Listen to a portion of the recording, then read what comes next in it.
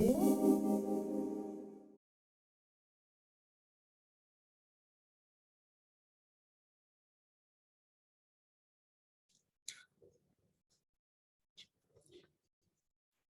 a compartir pantalla y voy a volver al ejemplo de la mortalidad materna en Guatemala. Yo, una de las cosas, simplemente que quería, para no dejarlo trunco, que pensáramos juntos, es una vez que uno en el análisis situacional desarrolla un modelo explicativo, hace el análisis de problemas, ¿hacia dónde va? En la reunión pasada decíamos que la característica del análisis situacional, a diferencia de una investigación académica, es que está centrado en la acción. Por lo tanto, los criterios, digamos, de solidez del modelo son diferentes a los que uno sigue cuando está embarcado en un proceso de investigación académica. La referencia es el actor, la referencia es la propia acción. Y lo que es casi de sentido común, uno arma estos modelos explicativos para tratar de ver dónde y cómo orienta la acción transformadora. Por lo tanto, lo que nosotros vamos a hacer en el próximo paso es tratar de identificar cuáles son los puntos críticos o los núcleos problemáticos más significativos donde nosotros vamos a concentrar la acción. Porque suponemos que modificando esos núcleos problemáticos modificamos gran parte del sistema. Yo comentaba en la reunión pasada que una de las características que tiene el modelo explicativo del análisis de problemas es que está basado en la verosimilitud explicativa o en la plausibilidad explicativa. Y que eso fundamentalmente implica basarse en el juicio experto. Si nosotros no pretendemos con este tipo de modelos seguir los procedimientos habituales de los métodos de la ciencia, sino lograr un modelo explicativo verosímil, que tenga plausibilidad explicativa, que tenga solidez, y que nos permita hacer una intervención razonable. Entonces la pregunta que aparece ante esto es, bueno, ¿cuándo un modelo es un modelo sólido? ¿Cuándo está suficientemente desarrollado un modelo? En el documento del análisis PROBES hay algunas sugerencias, ¿no? Dice, cuando uno, primero, hay dos momentos del modelo explicativo. Un momento tiene que ver con el momento de la investigación o del descubrimiento. Uno empieza a armar el modelo, empieza a identificar variables relacionadas, empieza a proponer hipótesis, las modifica, las profundiza. Uno está ampliando el modelo, ampliando la red explicativa, porque está tratando de entender cómo es que se producen los problemas de mi campo de política. Luego hay un momento que es más un momento de exposición, podríamos decir, que es cuando uno va buscando cierta síntesis. Y en ese caso uno puede empezar a desprenderse de algunos aspectos secundarios del modelo. Pero primero es necesario abrir y abrir el modelo. Entonces, el análisis PROBES propone tres movimientos para eso, que es mapear para atrás, mapear para adelante o mapear al medio. ¿Sí? ¿Esto qué quiere decir? Cada problema que yo tengo integrado a mi modelo, siempre puedo preguntarme, bueno, pero ¿y qué otras causas hay detrás de este problema? ¿No? Y entonces puedo ir abriendo el modelo hacia atrás, identificando nuevas causas. Del mismo modo puedo preguntarme, bueno, pero ¿qué otras consecuencias tiene este problema? Y puedo mapear hacia adelante. Y después lo que es muy habitual es que yo parta de una hipótesis y a lo mejor a mí lo que me interesa es abrir esta relación. Digo, ¿qué otro tipo de variables hay entre esta y esta? Porque eso me va a permitir conocer con más detalle cómo es el proceso. Simplemente quiero que tengan en cuenta que uno en un primer momento intenta ampliar el modelo y por lo tanto puede mapear para adelante, puede mapear para atrás o puede abrir una hipótesis y ver qué hay en el medio. ¿Sí?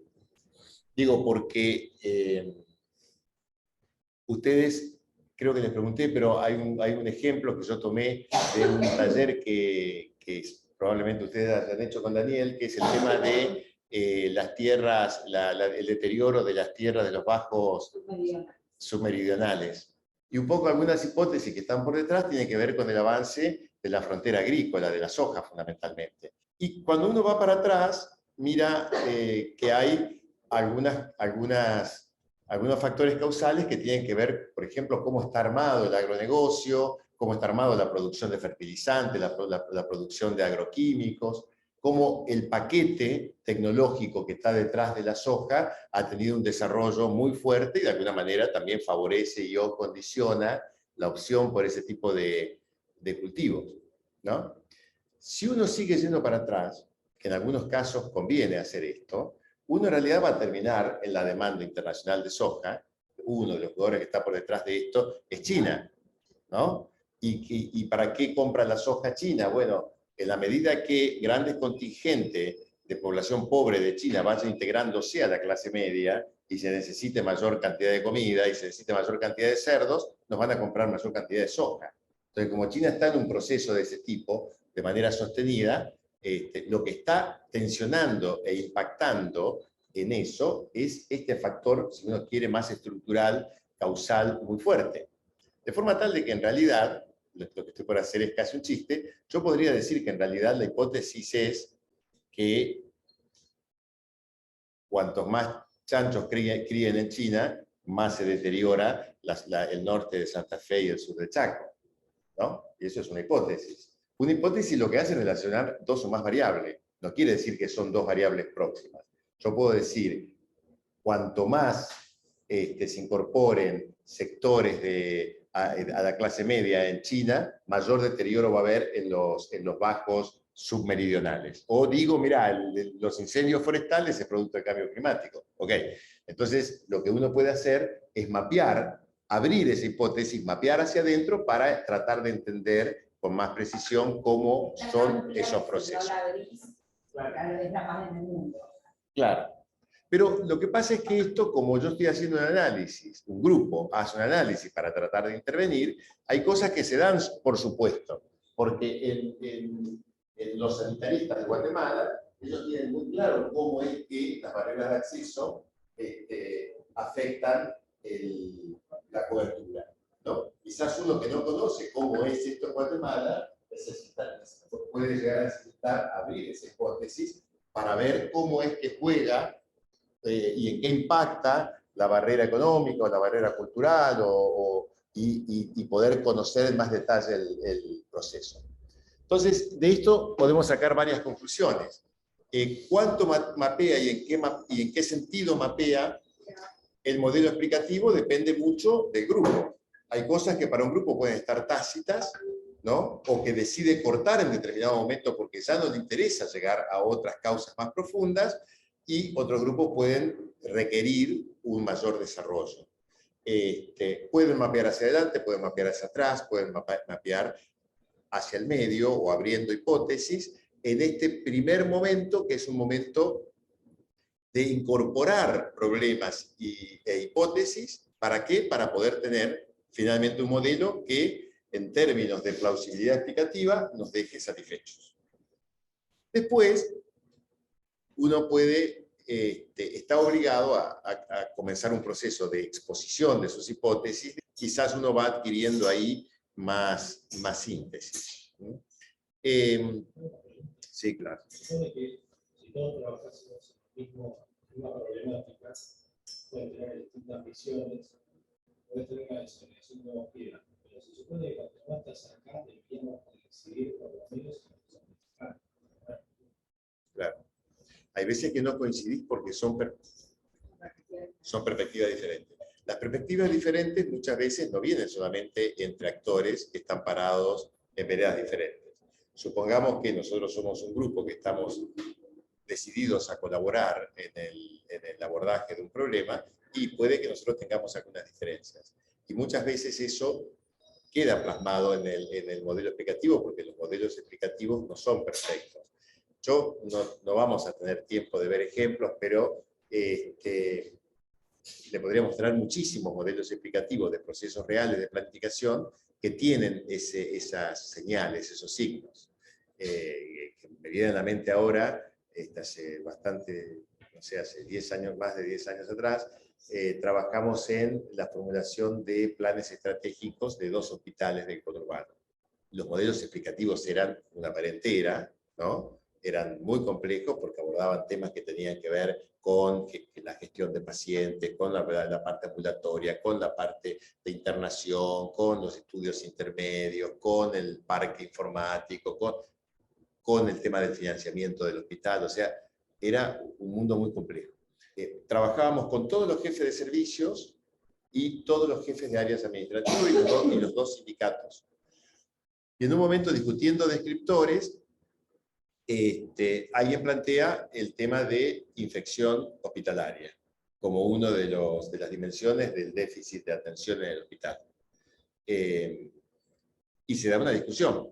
Y entonces algunos planteaban que no había un problema de infección hospitalaria, porque la tasa de infección hospitalaria de ese hospital era similar a las mejores del mundo, era similar a las tasas de infección que tenían los hospitales europeos. Era un hospital de escuela, era un muy buen hospital, tenía programas de calidad de atención, tenía... se discute, y los que argumentaban del otro lado lo que decían es que si uno analizaba la tasa de infección, el peso que tenía la tasa de infección hospitalaria en enfermedades respiratorias era muy alto. Y eso era algo que era muy reducible. Algo así, ¿no? Y que por lo tanto, si bien era similar a los de los estándares internacionales, había la posibilidad de reducir más.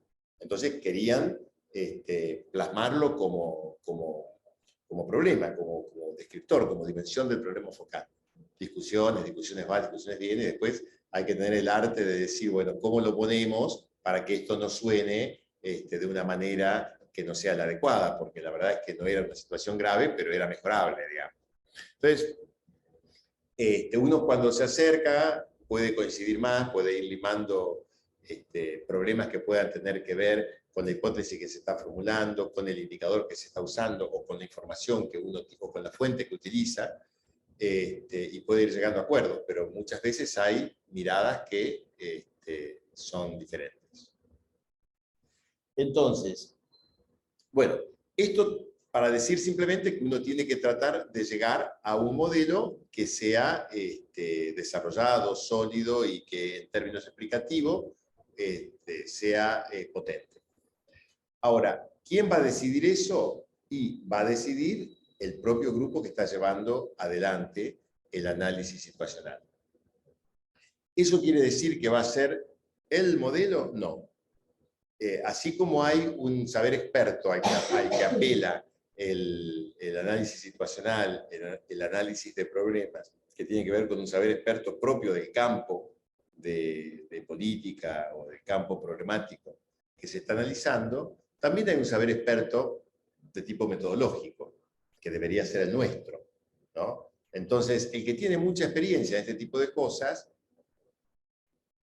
puede hacer un juicio sobre un modelo explicativo. Yo, por ejemplo, puedo no saber de una serie de campos de política, pero me doy cuenta cuando un modelo es relativamente sólido o no. Porque hay modelos, por ejemplo, que tienen demasiadas, están basados fundamentalmente en causas muy inmediatas y directas, y les faltan causas de tipo más estructurales, o a la inversa, hay modelos que son muy de causas estructurales, faltan las mediaciones que hay entre esos grandes problemas y el problema focal, o sea, las relaciones de condicionamiento o de causalidad directa. O uno puede ver que hay casos, por ejemplo, de modelos que se caracterizan por tender a relaciones de unicausalidad, otros, por el contrario, incorporan demasiadas causas y muchas de ellas empiezan a ser superficiales. O sea, uno puede mirar las características de un modelo para ver hasta qué punto es bueno, es potente, es sólido. Ahora, una vez que uno logra eso, ese punto de madurez del modelo explicativo que debería permitirnos pensar la intervención, el paso que viene es identificar aquellos núcleos problemáticos o puntos críticos que van a constituirse en frentes de ataque de mi estrategia. ¿Sí? Y esos frentes de ataque o el proceso de selección o de elección de esos frentes de ataque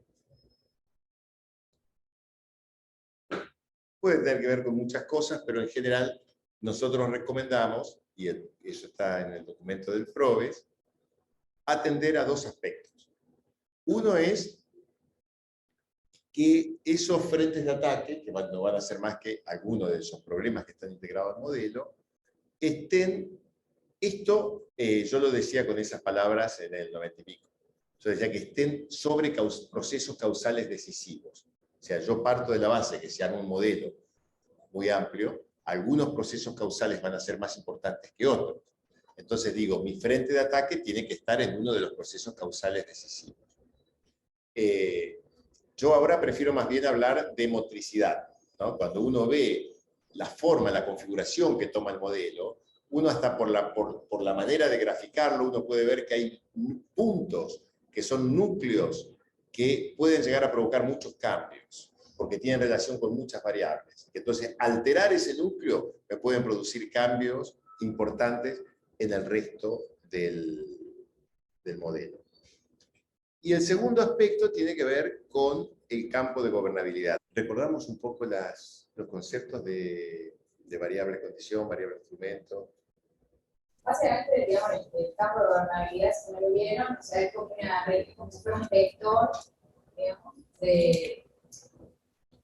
donde la intersección, digamos, el vector de fuerza es entre el grado de control que tiene el actor impulsor de la política sobre estas variables problemáticas claras.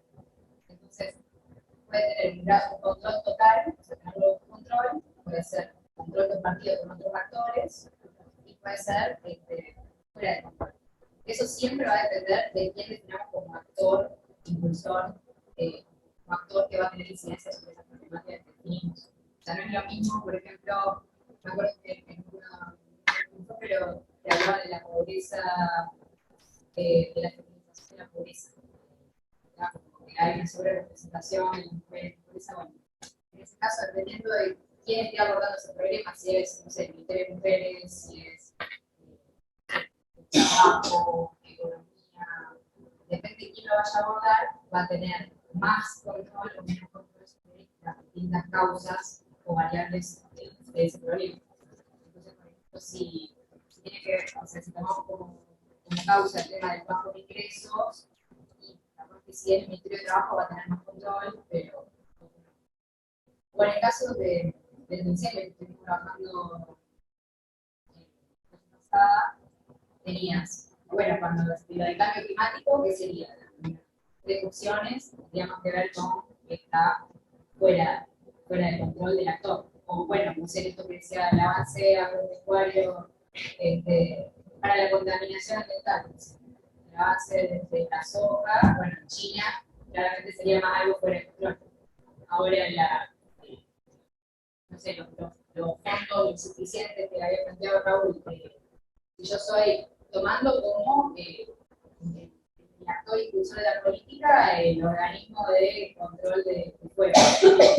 Este organismo va a tener sobre sus propios fondos, va a tener control. Entonces, si se detecta como problema que hay baja ejecución, subejecución presupuestaria de los fondos, entonces en ese caso, claramente tenemos un control directo. Entonces sería bajo control.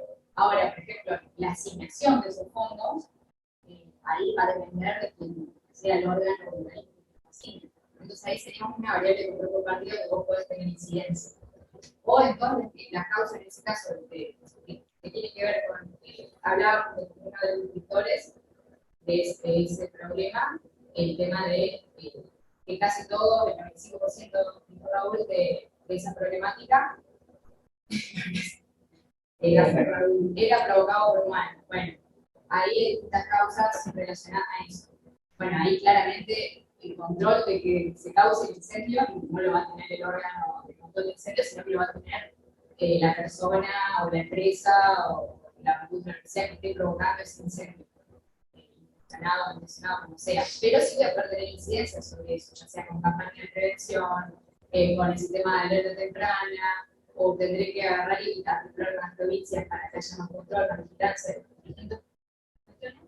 Entonces ahí sería control compartido. Obviamente en este momento ahí hay que tener en cuenta todos los actores. Si vemos esas dos variables que decía, por un lado la motricidad y por el otro lado la gobernabilidad, el campo de gobernabilidad, claramente lo de la motricidad uno lo puede ver más desde el lado técnico, ¿no? Haciendo el análisis de todo el modelo legislativo que armamos, ahí claramente uno puede ver de manera técnica, ok, cómo se da ese proceso. Pero en el campo de gobernabilidad tendría una relación más de dimensión política. Claro, es política, es la cosa de las atribuciones.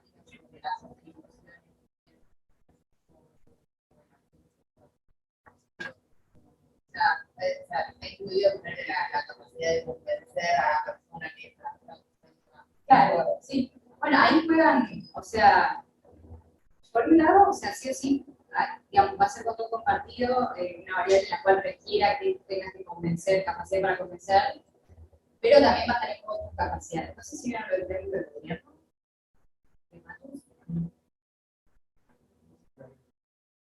Bueno, el triángulo de gobierno tiene, por un lado, el proyecto, el proyecto, en este caso, no sé, el proyecto para prevenir incendios, ¿no?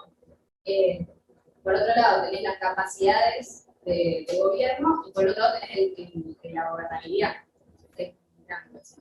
Entonces, si vos tenés en las capacidades de gobierno, justamente, si vos tenés bajas las capacidades de gobierno,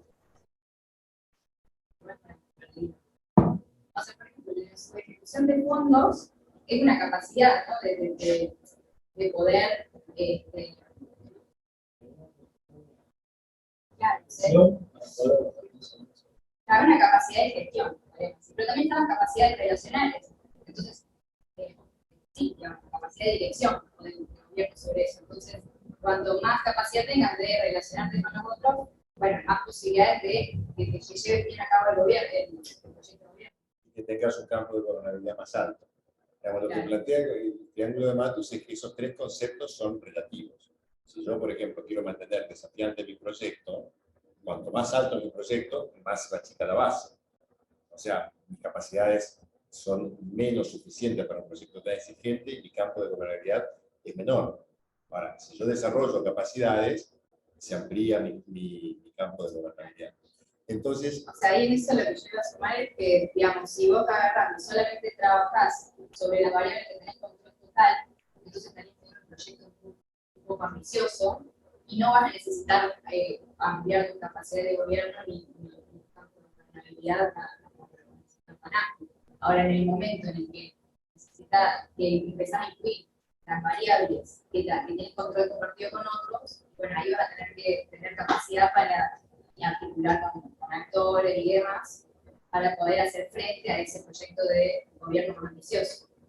Y a mí me parece interesante esta, no sé si hay un avance, no me acuerdo, que habla de que la democracia de una sociedad va a ser tan buena como sea su sistema educativo. Pero me hizo acordar a esto de la no, eso retira la frase ahí. Más que todo universitario. No,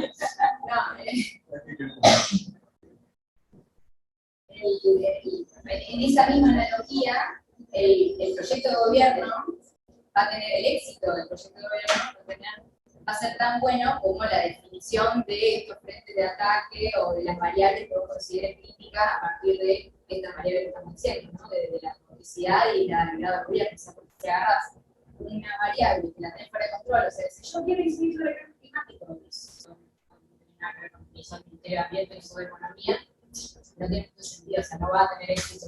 O si agarrás problemas que son súper simples, los solucionás, pero son los que tienen mayor capacidad para solucionar el problema que te habías planteado, entonces no va a llegar a ningún lado. Igual la pregunta es sobre las atribuciones formales, está piola, porque, digamos, cuando vos estás haciendo este tipo de trabajo, lo que vos pensás, cuando más el análisis del campo de gobernabilidad, no lo estás pensando desde las atribuciones formales, sino que lo estás pensando desde la estrategia. estrategia. Y esto es muy fuerte, pues, digo, uno lo ve en todos los organismos. Yo estoy ahora en este. Entonces, cuando uno plantea, por ejemplo, bueno, pero la verdad es que acá deberíamos hacer un cambio en la estructura impositiva, deberíamos ir hacia un impuesto. La gente de línea, muy profesional, muy formada, muy capaz, también muy organizada en algún punto, lo primero que te dice, no, eso es imposible. ¿Cómo es imposible? No, es imposible, nosotros somos administración tributaria. La política tributaria la definen otros, en otro lado. Está bien, es cierto, nosotros no tenemos la atribución formal, pero sí nosotros podemos pensar en una estrategia para lograr esto. O sea, vos podés poner el tema en la agenda, vos podés hacer alianza con otros actores, vos podés tratar de convencer al Ministerio de Economía, vos podés hablar con los... Podés hacer muchísimas cosas. En general, en las instancias más burocráticas hay una tendencia a escapar a los desafíos que tienen que ver con variables de control compartido, ¿no? Y quedarse con aquellos que están asegurados, que son variables de instrumento, porque son parte de las competencias del organismo. Y la verdad es que en esta distinción que hacía Ceci, a la planificación estratégica, lo que más le interesa, el campo más jugoso para la planificación estratégica, son justamente las variables de control compartido. Porque en las variables de control compartido vos podés ir variando tu control sobre esos aspectos y podés ir ampliando tu campo de gobernabilidad. En cambio, las variables de condición, que son aquellas que condicionan fuertemente la problemática, pero que están fuera de tu alcance, bueno, están fuera de tu alcance. Y las variables de instrumento, bueno, las variables de instrumento son las más fáciles. Está muy bueno el ejemplo. Si vos decís, sí. Y el otro punto es que, igual que para el análisis de problemas, el análisis del campo de gobernabilidad tiene que ver fundamentalmente con el actor. Está en función directa del actor. Entonces, lo que tenemos que tener claro es desde dónde estamos hablando, ¿no? Entonces, ¿qué organismo es el del fuego?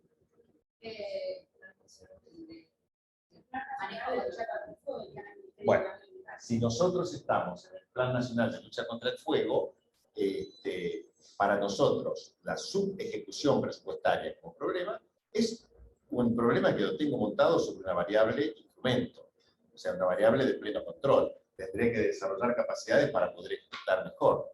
En cambio, el cambio climático, que puede ser muy importante porque por las sequías recurrentes prepara el terreno para la aparición de incendios, es importante, pero es una variable en condición. Una cosa es las variaciones que están habiendo en términos de cambio climático. Otro tema es que eso produce sequías recurrentes, ¿no? Ahora, otra relación es que por las sequías recurrentes se incrementan las condiciones propicias para los incendios. Y después vienen, bueno, las acciones intencionales, la falta de prevención, todo un montón de cosas. Entonces, lo que yo digo es, esto sigue siendo una variable de condición, fuera de mi control, ¿no? Pero esto, no. Esto ya empieza a ser una variable de control compartido, porque yo puedo tratar de alterar esas condiciones propicias para los incendios para tratar de hacer una prevención que vaya más allá de la conducta humana, digamos, ¿no? Entonces, es cierto, vos decís, el cambio climático no es tan variable de condición. No, lo que pasa es que lo que vos hiciste en tu cabeza es ir haciendo toda esta secuencia para ver dónde se puede intervenir. Y entonces vos terminás interviniendo en donde tenés algún grado de control. Esto va a seguir siendo variable de condición. Si bien hay un marco teórico compartido, quiero aclarar algunas cosas. El PROVES no habla de regla de juego, no habla de actuación, no habla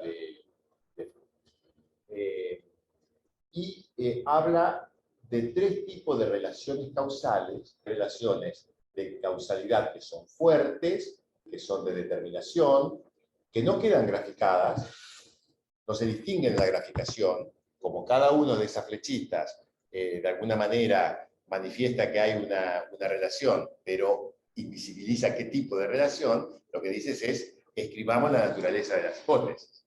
Entonces, las relaciones de determinación son relaciones fuertes, que de alguna manera definen en un sistema de problemas qué es posible y qué no. Las de condicionamiento son aquellas que generan las circunstancias propicias para que se den las relaciones de causalidad directa, y las relaciones de causalidad directa son aquellas que prácticamente no median entre una variable y otros factores. Esto es lo que dice el PROVES. Cuando te metes en el flujograma matusiano, tenés otras posibilidades de análisis, que lo vamos a ver en un ratito.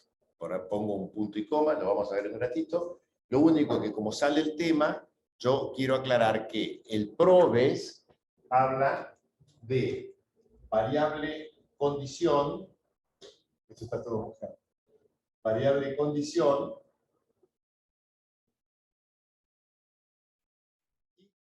variable condición son aquellas sobre las que yo no tengo control alguno, pero que son importantes en términos de la explicación de la problemática. ¿Sí?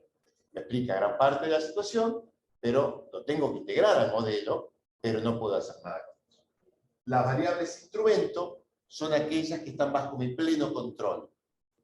Y las variables de control compartido están en parte bajo mi control y en parte bajo control de otros actores. O sea, yo puedo influir sobre ellos. Los frentes de ataque van a estar acá. Los frentes de ataque. En las variables instrumento, porque en alguna variable instrumento, porque está bajo mi completo control, y en las de control compartido, en aquellas variables que sean más desafiantes, porque también están bajo control de otros actores. Entonces, solamente voy a Matus ahora, perdón, solamente voy a Matus ahora para comparar con esto. Matus habla de control, perdón, de fuera de control, bajo control y fuera de juego. ¿Qué quiere decir esto de Matus? Que Matus no está haciendo una distinción de este tipo, de variable de control compartido. Él está hablando, por decirlo en PROVES ahora, de variable instrumento, de variable condición y de otras que están más fuera de la variable, porque tiene que ver con otra política, con otro juego. ¿Sí? A mí me gusta mucho esto del PROVES, porque te ayuda a identificar aquellas donde vos podés hacer la diferencia. Y uno podría decir que el espíritu y la lógica del tipo que actúa estratégicamente es cómo amplío el campo de gobernabilidad. Por lo tanto, es eso. ¿Sí? Esto es el campo, lo voy a decir de otra manera como aproximación, es el campo de la correlación de fuerzas. ¿Sí? ¿En qué punto evalúa la voluntad política de los actores de adoptar otro frente de ataque, digamos, independientemente del control que tengan? Pueden ser propuestas que ponen vacuna, no es probable, no es un retorno, no es inmediato, entonces no me interesa. Bueno, hay una cantidad de variables que tienen que ver con. Totalmente. Me ha pasado muchísimas veces. ¿Cómo se evalúa eso en una medida para evaluarlo? Nosotros evaluamos, por eso yo los dos criterios que uso es que sea una variable sobre que tengamos algún tipo de control y que sea un núcleo problemático que tenga mucha multiplicidad, que yo piense que va a cambiar gran parte del sistema. Por supuesto, que está planificando el asesor. Claro. Yo digo, esos son dos criterios tecnopolíticos que uno maneja, pero no siempre pasa. Me ha pasado muchísimas veces que el decisor dice, no, yo quiero ir por acá, quiero hacer esta apuesta. ¿No? Le voy a decir, mirá que tenemos muy baja gobernabilidad, casi ninguna. Mirá que aunque logres éxito en eso, no vas a cambiar esto, ni vas a cambiar esto, y el tipo se juega. Ahí hay una cuestión del decisor político, y además debo reconocer que muchas veces le acierta, más que nosotros. ¿No? Uno termina diciendo, puta, mira, estaba viendo algo que nosotros no veíamos. Exactamente. Yo tenía una pregunta. ¿Vos podés, interviniendo, por ejemplo, yo pensaba, una variable condición puede de alguna manera, por las circunstancias que no tampoco controlas, o por acciones que uno hace, tender a transformarse en una variable de control compartido, y lo mismo con una variable de control compartido se puede pasarse a una variable en el proceso, ¿no? de proyectos. Estas, que son materia de puja permanente cuando se interviene, lo que intenta hacer los actores que llevan adelante el plan, intentan transformarlas en variables de instrumento. ¿Sí? Aunque vos digas, bueno, aunque te vaya muy bien, conceptualmente no va a ser una variable de pleno control, pero lo que intentan es transformar, el juego es transformar el instrumento, cuanto más instrumentos tenés, más campo de gobernabilidad, ¿no? Estas podría ser, porque la realidad se mueve, ¿no? Y hay distintos tipos de variables condición, pero muchas veces son más difíciles. En el ejemplo, bueno, fíjense en este ejemplo, ¿qué pasó? En este ejemplo, el grupo hace su análisis de gobernabilidad. Esto es lo que propone el PROVES. En este caso, los rojos eran variables condición, los amarillos eran variables de control compartido, y los verdes eran variable instrumento. No nos metamos ahora en el contenido, simplemente quiero mostrarles que a partir de eso, hicieron el análisis del campo de gobernabilidad que decía Cecilia, hicieron el análisis que propone el PROVES de procesos causales decisivos, para ver dónde ponerlo frente de ataque. Y miren lo que pasó. Todo es decisivo. ¿No? Yo prácticamente no uso más el tema de trayectos causales decisivos, que todavía está en el PROVES, y más bien voy a tratar de ver con otros criterios, che, si modifico esto, ¿qué otras cosas se modifican? Y eso te ayuda incluso a emprolijar el modelo.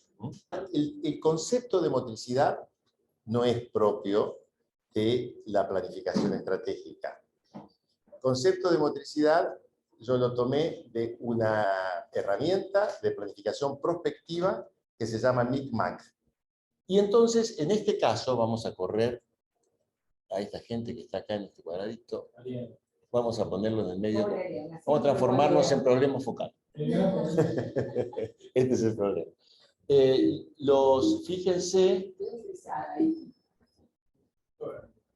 Fíjense, ellos lo que hacen entonces es identificar 5 problemas focales que debían orientar la política en torno a maternidad, a mortalidad materna, ¿no? Entonces, luego de hacer esto, uno lo que hace es quedarse con el modelo de frentes de ataque. Estos son los 5 frentes de ataque seleccionados, ¿sí? Si ustedes quieren, esto se puede empezar a parecer más al árbol de problema, digamos, ¿no? Pero está todo el modelo explicativo por detrás, que debería dar lugar a discusiones como esta que están planteando las compañeras de salud. Para eso sirve el modelo, ¿no? Pero bueno, hay un momento en donde yo me quedo con esto, tengo mi modelo de frentes de ataque, y lo que tengo que hacer ahí es ver cómo transformo mi frente de ataque en lo que solemos llamar una apuesta estratégica, ¿no? Y tomo por ejemplo que es el frente de ataque número 3, el déficit de calificación del personal, y no me voy a detener mucho en esto, pero básicamente lo que se hace acá es lo siguiente. Se desagrega el problema que yo tomo como frente de ataque, por su criticidad, se desagregan descriptores, igual que el problema focal. ¿Sí? Y en contraposición a eso, lo que se hace es definir un vector de resultados. ¿Sí? Entonces, yo digo que tengo déficit de calificación del personal, pero la verdad es que después esto se va a especificar, ¿no? Tengo déficit de calificación del personal de primer y segundo nivel de atención para la formulación y desarrollo de estrategias de promoción de la salud materna. Tengo déficit de calificación personal para la captación y control de embarazadas. Tengo déficit en las actitudes necesarias para atender el trabajo de parto y el puerperio. O sea, van a déficit específico y luego, en base a eso, definen el vector de resultados. Y las operaciones van a ser aquellas que te permitan, que condicionan esto, que te permitan pasar de este vector de descripción del problema a este vector de resultados. Esta es un poco la lógica. Eso sería el equivalente a las actividades en el marco de un proyecto, digamos. No, esto es el vector de resultados. No, digo, lo que voy a Las hacer. operaciones son las que... Claro, eso, lo que voy a hacer Sí. para llegar. Sí. Y los objetivos saldrían de la aporte estratégica y, claro, y de acá, digamos, Vos tendrías tu modelo explicativo, tu frente de ataque, a partir de los frentes de ataque, las apuestas estratégicas, tendrías la descripción, el vector de resultado y las operaciones que inciden en eso. Lo único que quiero llamar la atención acá, por el ejemplo del que me metí, es, acá es como bastante lineal el tema de resultados, pero hay veces que uno tiene 10 descriptores y 2 resultados, digamos, ¿no? Eso depende de cada caso, ¿no? Bien. O sea, hacia acá va. Lo único que quiero mostrar es que uno hace un análisis de problema porque va hacia la definición de la acción. ¿Cómo define uno la acción? Definiendo el núcleo problemático en el que va a concentrar la acción, transformando luego eso en una apuesta estratégica y definiendo operaciones y teniendo un paquete de resultados. Esta es un poco la lógica.